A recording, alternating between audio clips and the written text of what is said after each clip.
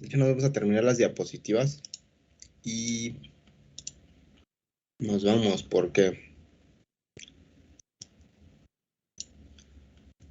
vamos a salir temprano. Entonces, la clase anterior estábamos viendo nos habíamos quedado en los del desplome, ¿no? Me parece que era la diapositiva anterior. Vamos a regresarnos para refuerzo horizontal. El mortero no se fabrica en contacto con el suelo. Las juntas completamente rellenas. La perforación del mortero en los sistemas de mampostería de tabique multiperforado. Y en esta fue la última que vimos, ¿no? El desplome de los muros no excede el 0.004 de la altura, ni mayor a 15 milímetros, que sería 1.5 centímetros, ¿no? Si ahí hacen el ejercicio, por ejemplo, un muro de los que comúnmente han de tener como 280, 290 de claro del firme a la losa, vamos a hacer la operación. Entonces multiplican, por ejemplo, 3 metros por 0.004, les va a dar 0.012, que vienen siendo 12 milímetros, 1.2 centímetros, que tendría que ser el desplome todavía permitido para un muro de 3 metros, ¿no? No sé si lo han visto ya en físico o ya en su casa. A lo mejor ya les pidieron un plomo no sé si llevan topografía, creo que todavía no llevan topografía, pero lo vieron en su clase de materiales naturales. O sí, en la de materiales naturales, ahí viene el tema de herramientas de construcción. Pues para los que no lo conocen, es una pieza manual, ya hay electrónicos, láser, pero es uno manual, en donde aquí vamos a tener una pieza metálica con una separación, o digamos que el trazo o el inicio del hilo o el amarre del hilo va a estar exactamente en el centro de esta pieza metálica. Por cuestiones gravitacionales, pues el hilo va a estar completamente a plomo y abajo va a tener una pesa que ya sea, ahorita actualmente es uno como si fuera una pirámide, un pico, una punta, porque la ventaja que tiene esta punta, o por qué ser aquí una punta, es porque en topografía, para bajar los puntos de la máquina, de la estación o de el teodolito o el equipo que esté ocupando, se tiene que ubicar en el terreno, exactamente en el punto de arranque. Entonces se le llama punto cero o banco de nivel. Entonces, por eso las puntas o las piezas de las plomadas son así en pico. Pero en albañilería pues vamos a encontrar unas que son así como unos cilindros, como si fuera un botecito de acero, ¿no? Entonces, una de estas usos que tiene en este caso esta plomada, pues simplemente es ver la separación que existe entre el hilo y el espesor lateral o el paño izquierdo de nuestra punta o de eh, esta pieza metálica, va a ser la misma que existe aquí arriba, del arranque del hilo al plomo. Entonces, cuando el muro está muy inclinado, muy exageradamente así, nosotros vamos a poner la plomada aquí arriba, va a bajar el hilo completamente derecho y vamos a tener aquí nuestra pesa, y la distancia que exista de aquí hasta acá va a ser el desplome. Entonces aquí podemos decir, tiene un desplome de 5 centímetros, ¿no? Por ejemplo, ¿no? Y esto es lo que va a estar desplomado. Entonces, esto pues en obra se checa así regularmente con ¿no? Equipo que es muy rápido, práctico, luego lo hace, ¿no?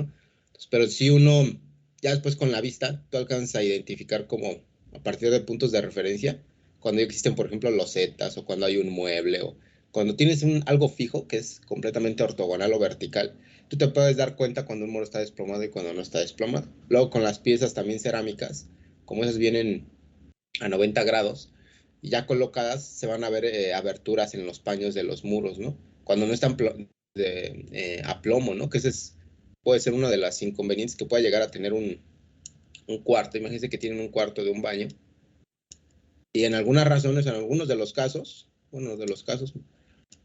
mejor dicho, los albañiles luego mencionan, no, pues así vamos a dejarlo, ni se ve, ¿no? El desplome de 2 centímetros, no se ve el desplome de 3 centímetros.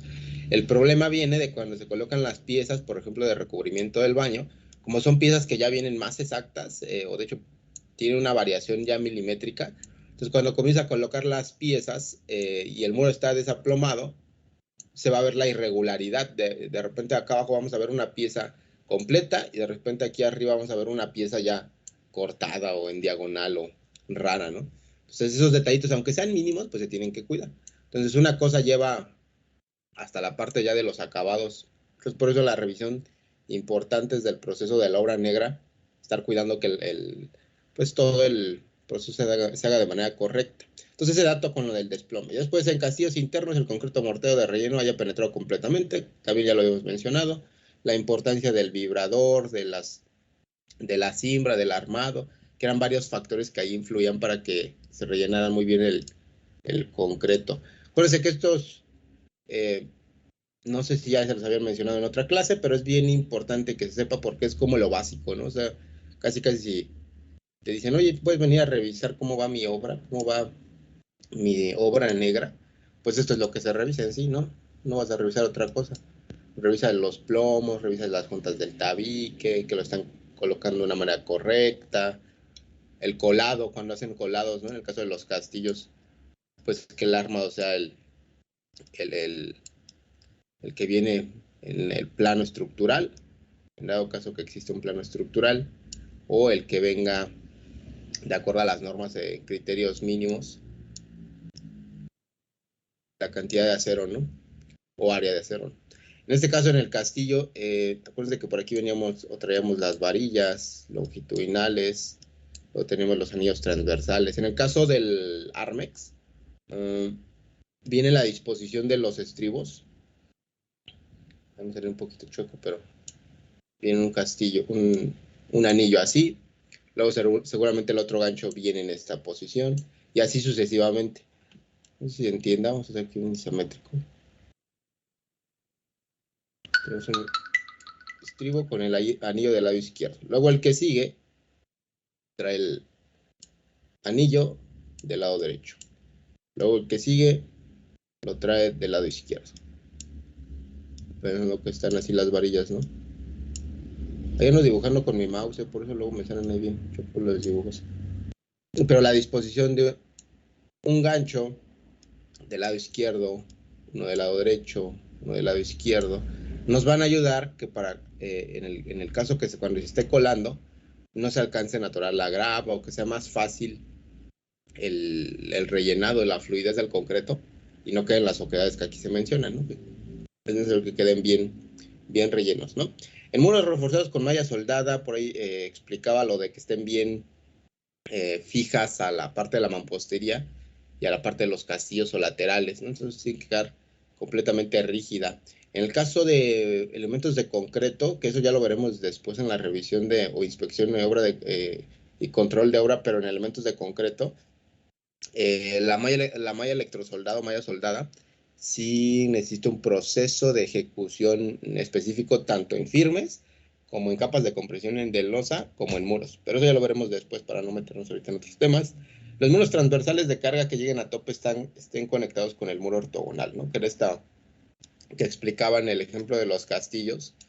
Tienen que tener siempre una conexión, no pueden quedar muros libres, o no es lo recomendable. Sí se puede porque los procesos de diseño son muy variables, pero cuando tenemos un muro suelto, este regularmente o va más reforzado o tendría que ser de concreto, ¿no? Estos muros no son en cuestiones estructurales, pues no son tan prácticos, no tienen una pues mayor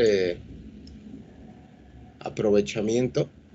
Entonces son necesarios que siempre tengan una conexión con los ortogonales. Entonces, para ir cerrando pues vanos o áreas. Vamos a pasar a lo que sigue.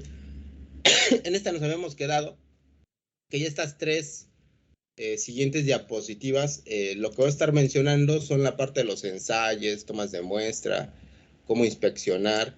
En todas las obras se supone que por el DRO, que es el director responsable de obra, quien hace la supervisión y firma del conocimiento, de las observaciones que se hayan dado en sitio o de acuerdo a las visitas que se hayan tenido, se tienen que solicitar estas muestras o ensayos que son pruebas de laboratorio, en donde se toman determinadas ya sea piezas, morteros, concretos y hasta aceros, y estos se llevan al laboratorio y se le hacen las pruebas para saber si sí cumplen con los criterios que vienen en las normas, como lo habíamos visto antes, que el FY del acero es el correcto, que la resistencia a la compresión del concreto sea el correcto, lo del mortero igual. En el caso de las piezas de mampostería, igual, ya sea piedra, tabique, bloque, que cumplan con las pues necesidades que marcan las normas. Entonces, esta capacidad de compresión que sea la correcta. Entonces, en estos dos puntos, en el de arriba, viene que en los morteros para pegar piezas, que es esta mezcla que se realiza con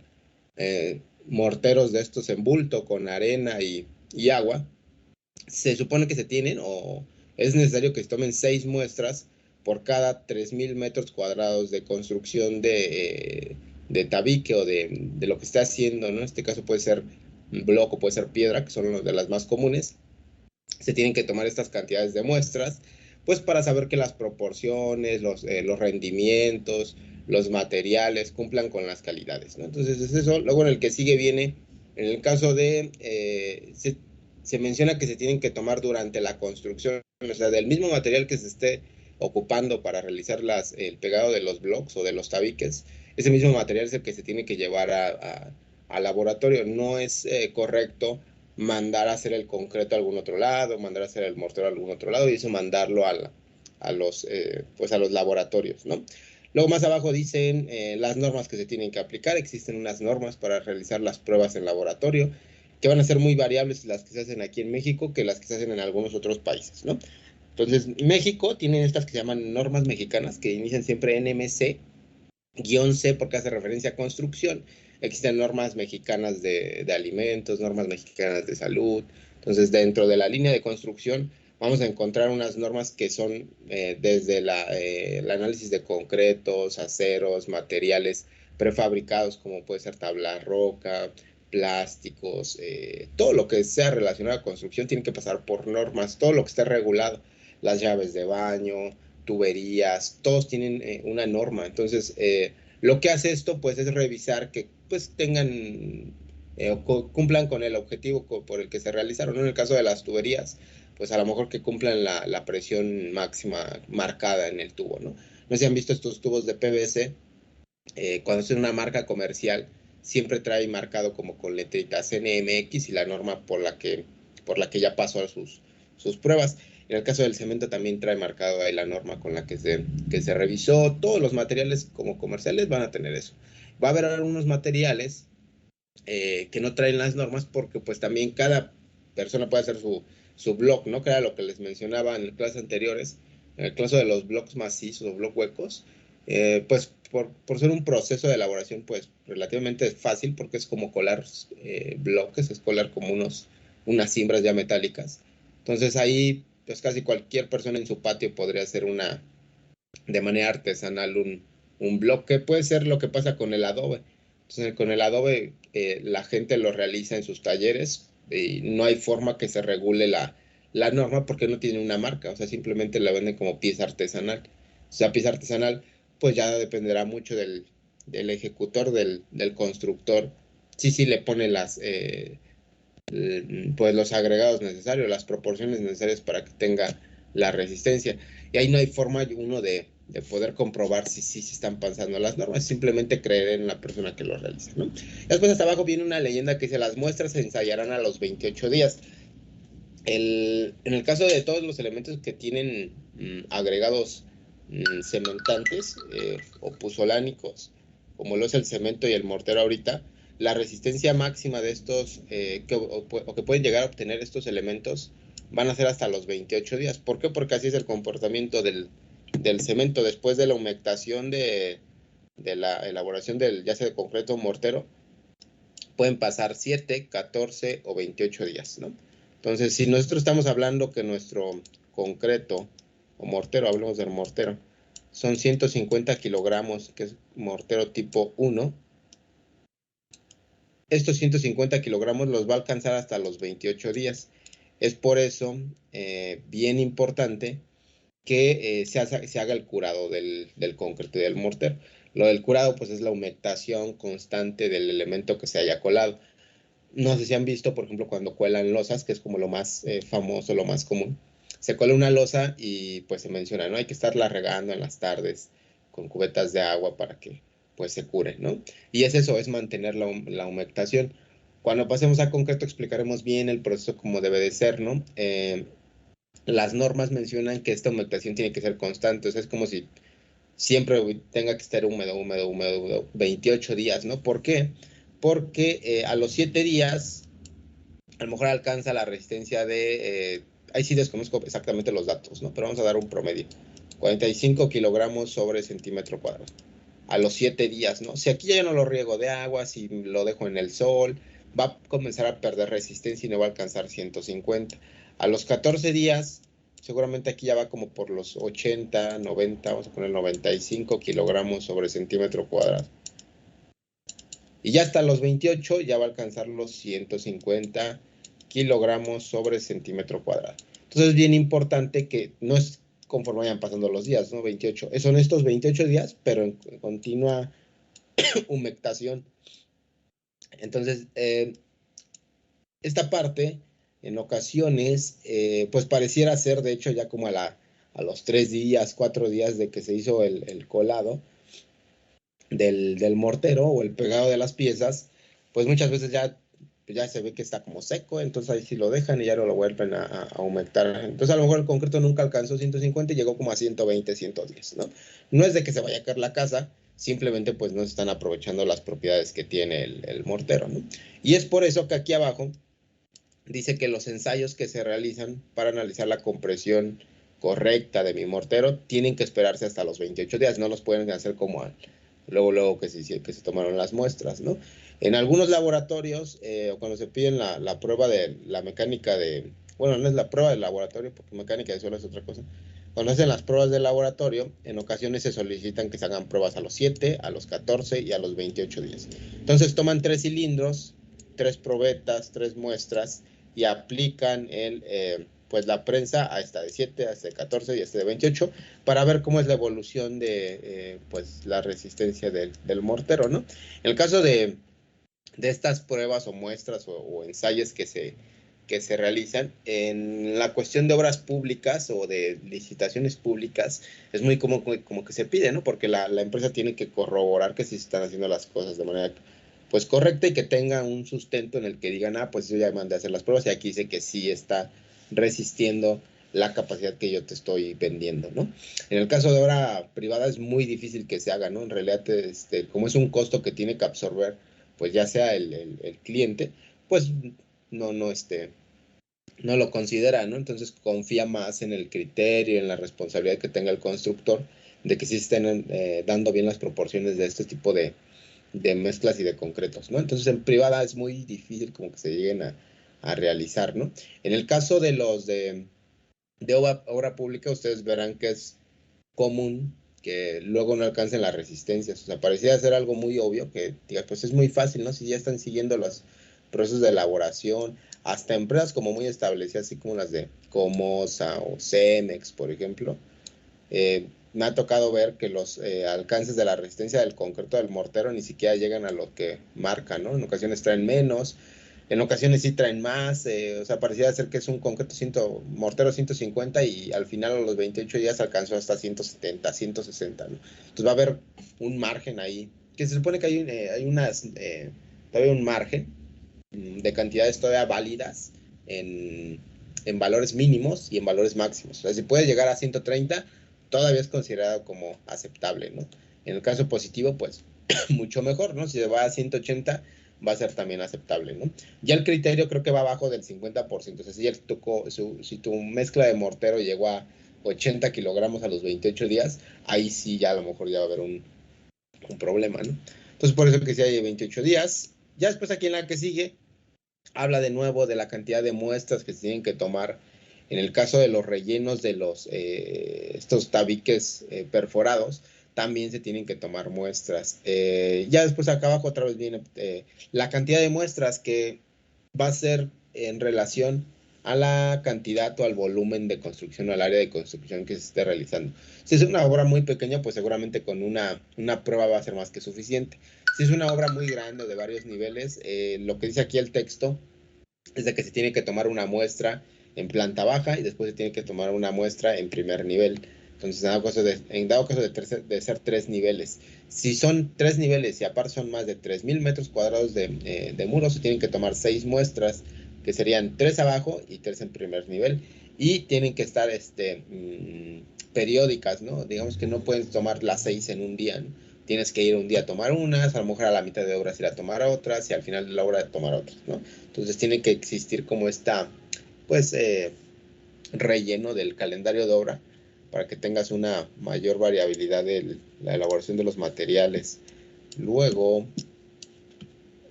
dicen las piezas de mampostería. Aparte, en las diapositivas de arriba, lo que se mencionaba era en relación a los morteros, tanto de relleno como de pegado de piezas. Pero en las piezas de mampostería, que en este caso volvemos a lo mismo, van a ser los blocks, los tabiques o hasta las piedras de la cimentación, se supone que también se les tienen que hacer muestras, porque en muchos de los casos, cuando el material es artesanal y que no existen normas, esto nos va a ayudar a saber si sí tienen la resistencia adecuada.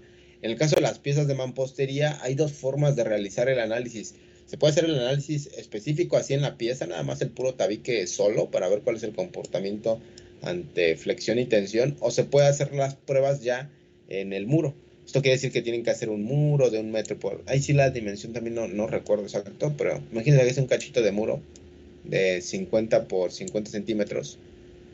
Entonces en un cuadrito, y a ese cuadrito le aplican las cargas. Y ahí se va a ver el comportamiento de la mampostería ya en conjunto, ¿no? El mortero con las piezas, cómo responden ante la compresión. Dentro de esas aplicaciones, o esas pues, aplicaciones de esfuerzos, se comienza a ver las deformaciones, se comienza a ver el módulo de elasticidad, se comienza a ver la resistencia a la compresión, y se comienza a ver también otro que se llama módulo de Poisson. En el caso de Poisson es otro proceso, otro análisis más específico a estos muros de mampostería, porque también funcionan ante cargas diagonales o elementos de cortante.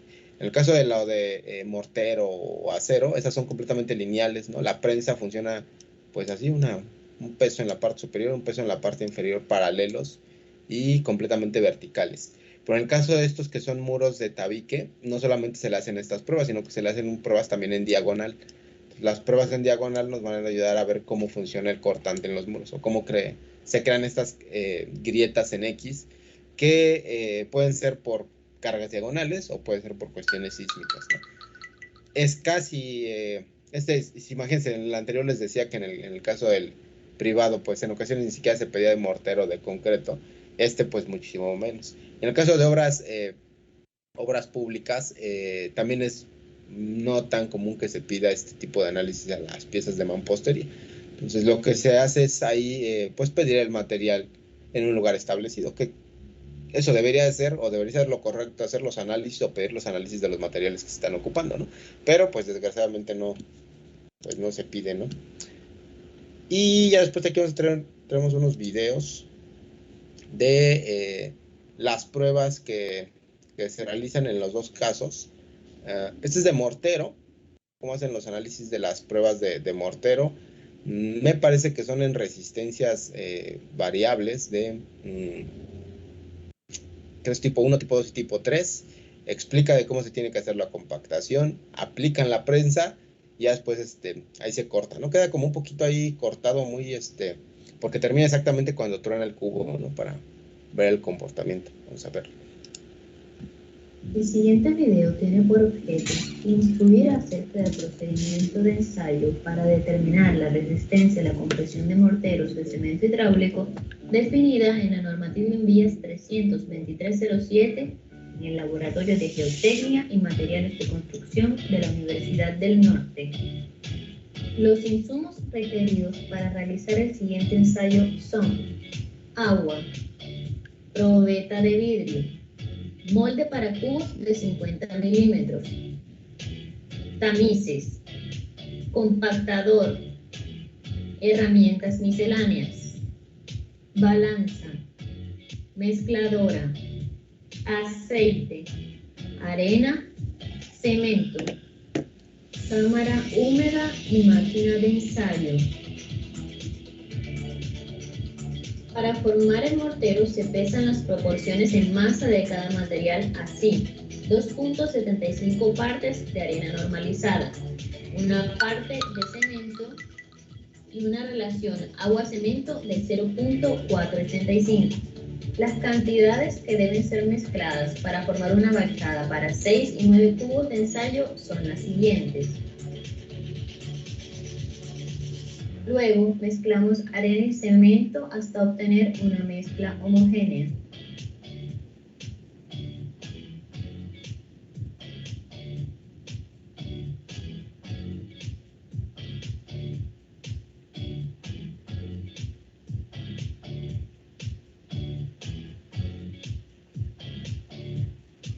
Depositamos cuidadosamente la mezcla en el tazón de la mezcladora.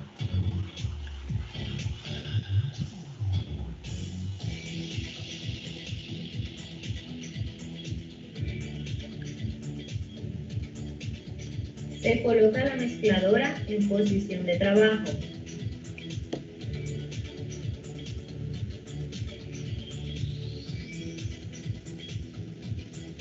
Y se incorpora todo el agua a la mezcla.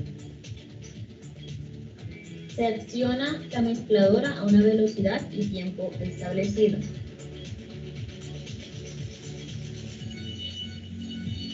Se aplica una capa de grasa o aceite en los moldes, lo anterior para facilitar el desencofrado de los especímenes.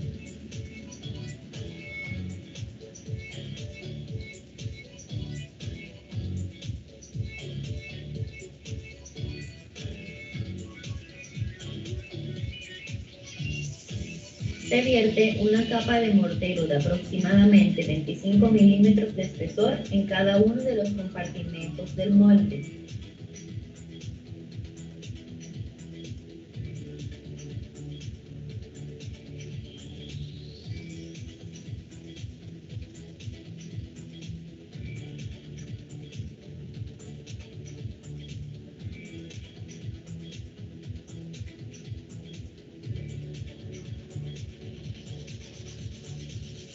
Luego se aprisona uniformemente con 32 golpes en 4 etapas de 8 golpes, siguiendo la secuencia de la imagen.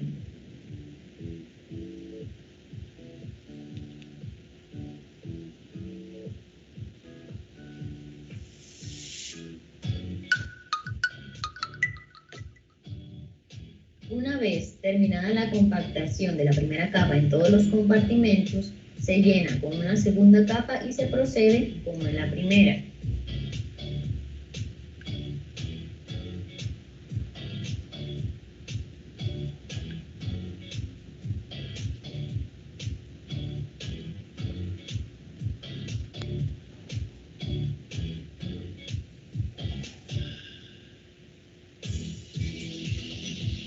Se retira el exceso de mortero y se enrasa la superficie con ayuda del compactador o un palustre.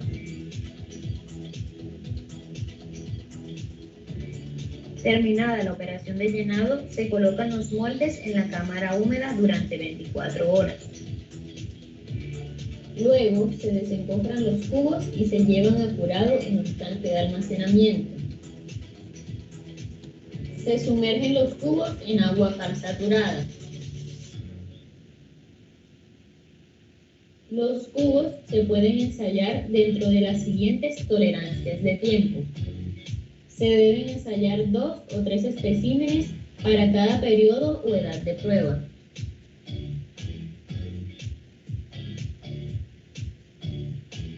Se deben comprobar masa y dimensiones de los especímenes.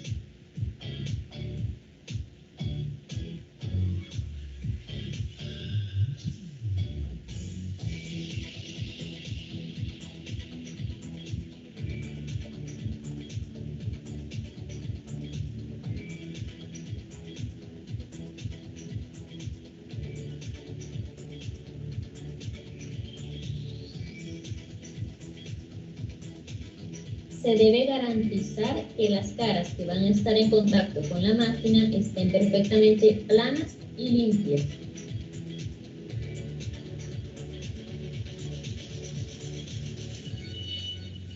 Se coloca el espécimen en la máquina de ensayo y se registran los datos de cada cubo: masa, dimensiones y edad de prueba. Se inicia el ensayo hasta llevar cada cubo a la falla.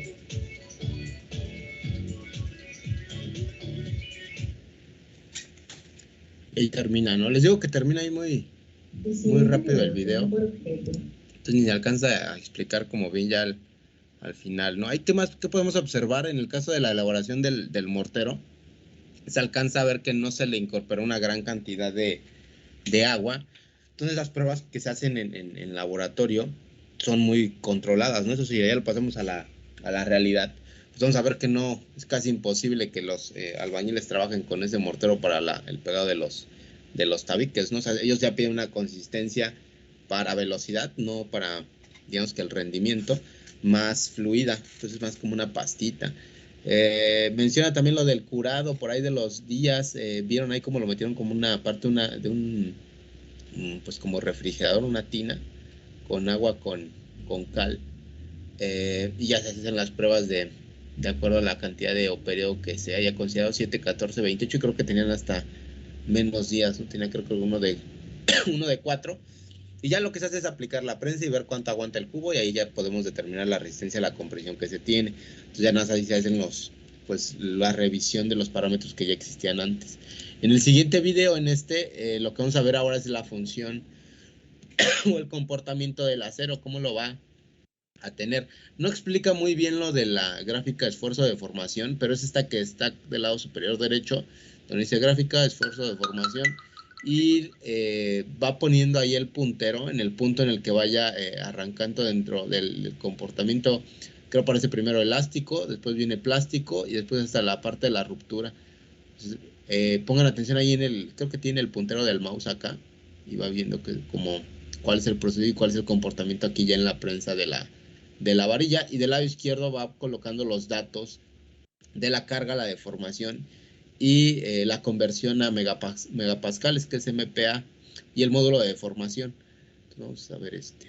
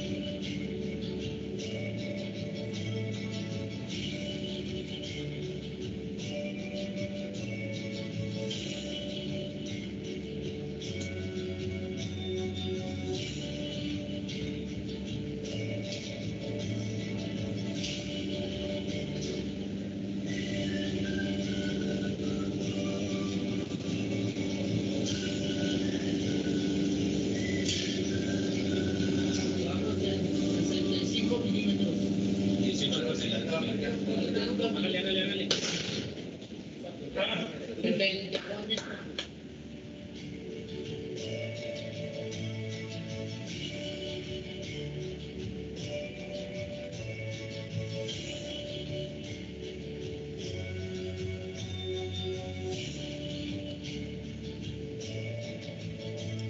Ahí termina el video, por ahí marco unas conclusiones, pero pues aquí lo interesante de ver la gráfica que muestra del lado izquierdo, del lado derecho, donde se va explicando el rango elástico, plástico, el límite de fluencia, y ya después todo el marco o el restante de rango de ruptura. En el caso del acero, pues así se va a comportar en movimientos. Si se recuerdan las clases anteriores donde mencionábamos los de amortiguamiento, ese proceso de amortiguamiento se contempla en el rango todavía elástico, en donde el acero pues todavía se puede mover, se le puede aplicar algún tipo de cantidad de esfuerzo, se mueve, se puede tensar y vuelve a su posición original. Pues por ser una como de las cualidades que tiene este elemento en la construcción, pues se está colocando para eso, ¿no? Para que ayude a contener esos movimientos. En el caso del rango plástico, ahí ya va a tener una deformación, pero ya no va a regresar a su posición original, va a seguir aguantando y va a seguir resistiendo. Que después ahí es el punto de módulo de fluencia. Acuérdense que del FY todos los aceros van a tener una gráfica diferente. Entonces, tanto en altura como en el rango horizontal, porque se van a comportar de una manera distinta. Ya después, cuando pasa del límite de fluencia, que serían los 4200, 4600, 2850 en el acero, ya ahí ya es ruptura, ahí sí ya no hay forma de seguir considerando el acero. Cuando llega a ese límite o a esa deformación, que también eso se puede pues identificar claramente como en la estructura en físico, cuando existen grietas, cuando la deformación de la columna de la traba ya es excesiva y sobrepasa todo el límite que puede llegar a aguantar, no hay otra más que demoler la pieza y volverla a colocar o volverla a construir. ¿Qué otra cosa? Creo que ya nada más, y por ahí al final aparece una gráfica donde hace como la comparación de dos tipos de piezas. Hace la explicación ahí en la parte final de los comentarios, que la varilla ahorita parecía como con óxido en la parte superior, pero de acuerdo al análisis que se realizó con una varilla nueva y una varilla con óxido, pues no hay como tanta pues afectación en la pieza en este punto, ¿no? Porque a lo mejor en el periodo del tiempo, después de 5 años, el óxido comenzó a degradar ya el espesor de la varilla, y a lo mejor ahí sí se va a ver afectado, pero va a ser muy mínimo, ¿no? Entonces, varillas así que tienen como óxido que se les crea así como por las cuestiones de la intemperie, creo ya en un día ya tiene óxido, como una capita, entonces no tiene ninguna afectación. Entonces, mencionaba eso. ¿Qué otra cosa mencionaba por ahí? Creo que la cantidad de peso que se le agregó, que fue continua, la deformación de la varilla, y creo que ya, nada más ahí. Pues ahí vamos a terminar los videos hoy. De actividad ahorita no vamos a dejar nada, vamos a esperar hasta la siguiente clase, y pues ya nada más. No sé si alguien tenga alguna duda, pregunta. Profe, yo entré un poquito tarde. No sé si me puede poner así. Bustos Estrada. ¿Alguien más? Yo, Díaz Bravo. Díaz Bravo. ¿Alguien más? Flores Vallejo. Flores Vallejo. ¿Alguien más? Martínez Ayala. Martínez Ayala.